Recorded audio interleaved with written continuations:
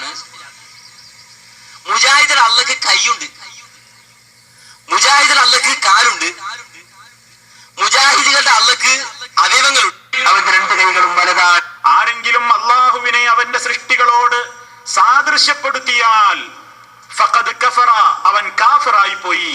അള്ളാഹുവിന് രണ്ട് കൈയുണ്ട്, അവന്റെ രണ്ട് കൈയും വലം കൈയാണ്. ഫഖദ് കഫറ, അവൻ കാഫിറായി പോയി. കുട്ടികൾ പന്തെറിയുന്നത് പോലെ അള്ളാഹു ഭൂമിയെ എറിയുന്നതാണ്. ഫഖദ് കഫറ, അവൻ കാഫിറായി പോയി. കുട്ടികൾ പന്തെറിയുന്നത് പോലെ ഈ ആകാശങ്ങളെ അള്ളാഹു എറിയും. അള്ളാഹ്ക്ക് അവയവങ്ങളുണ്ടെന്നോ ജഡമുണ്ടെന്നോ ശരീരമുണ്ടെന്നോ ഞങ്ങൾ പറഞ്ഞിട്ടില്ല. ജനങ്ങൾക്ക് മതം പഠിപ്പിക്കാനാണ് ഖുതുബ. അപ്പൊ ചില ചോദ്യം